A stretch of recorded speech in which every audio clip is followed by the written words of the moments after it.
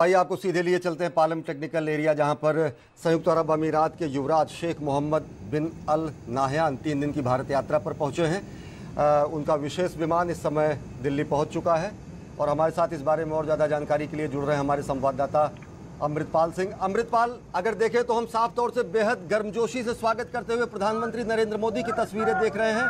ठीक उसी तरह से जब प्रधानमंत्री पहुंचे थे अबू धाबी और प्रोटोकॉल तोड़ के खुद युवराज उनका अगवानी करने पहुंचे थे। बेहद गर्मजोशी भरा माहौल और किन मायने में यात्रा महत्वपूर्ण। अमृत। बिल्कुल अश्विनी, आपने ठीक कहा कि प्रधानमंत्री ने एक जनरली प्रधानमंत्री रिसीव नहीं करने आते हैं, पर प्रोटोकॉल तोड़कर प्रधानमंत्री ने बहुत गर्मजोशी से खुली बाहों से crown Prince of Abu Dhabi का स्वागत किया। ये वही रेसिप्रोसिटी है जो हमें दिखने को मिली थी अगस्त पिछले साल जब प्रधानमंत्री वहां पहुंचे थे। एक अहम मैसेज के दोनों ही मुल्क अपना जो बायलैटरल एंगेजमेंट है इसको आगे लेके जाना चाहते हैं। और अगर आप गौर करें कि उनकी जो डेलीगेशन है, बहुत बड़ी डेलीगेशन के साथ वो आए हैं इस अपने 2 दिन के दौरे पर।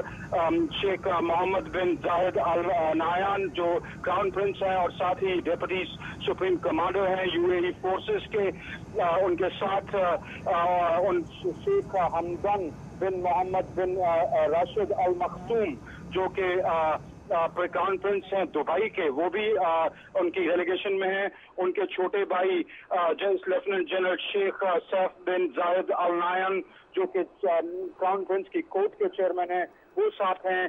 तमाम मिनिस्टर्स साथ हैं। मिनिस्टर ऑफ इकोनॉमी उनके साथ हैं, मिनिस्टर ऑफ लेबर उनके साथ हैं, जो minister of state for foreign affairs हैं वो उनके साथ हैं। उनकी डेलीगेशन में उनके मिनिस्टर ऑफ एनर्जी साथ हैं और तमाम मिनिस्टर्स और इंडस्ट्री कैप्टन्स।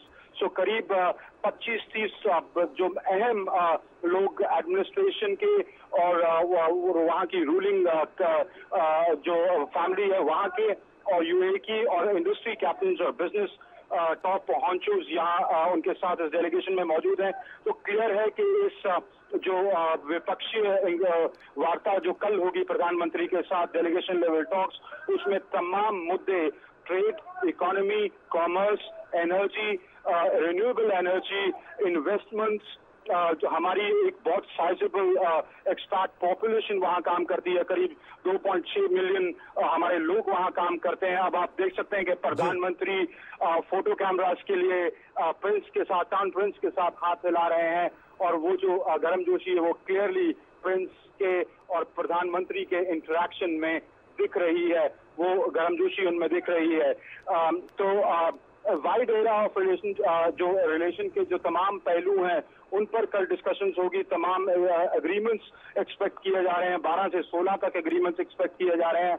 परसों शेख अल नाहयान वहाँ मुंबई में जाएंगे जहां पर वो बॉम्बे स्टॉक एक्सचेंज का दौरा करेंगे और तमाम जो इंडस्ट्री कैप्टन्स है फाइनेंशियल इंस्टीट्यूशंस के, उनके साथ इंटरैक्ट करेंगे।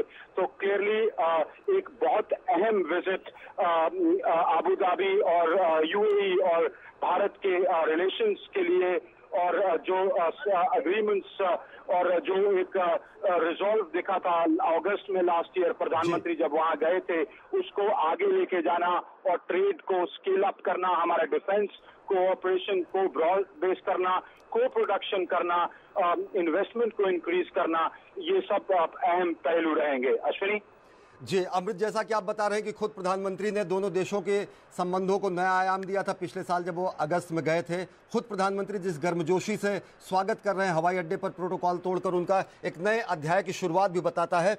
प्रधानमंत्री ने कहा था कि बेहद मूल्यवान हमारे साझेदार हैं संयुक्त अरब अमीरात।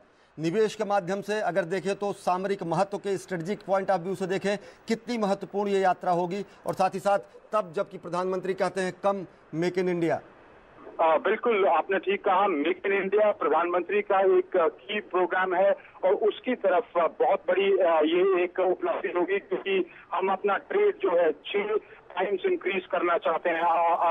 आपको जान के हैरानी होगी कि जो यूएई है वो हमारा 6th लार्जेस्ट ट्रेडिंग पार्टनर है, तो हमारे पास काफी ग्लोबल रेमिटेंसेज वहां पर आती हैं, पर अभी तक वो एसेंशियली रिलेशनशिप जो था वो क्रूड और इन्वेस्टमेंट, फाइनेंशियल इन्वेस्टमेंट और तीसरा जो हमारे लोग वहां काम करते हैं उनकी रेमिटेंसेज पर था।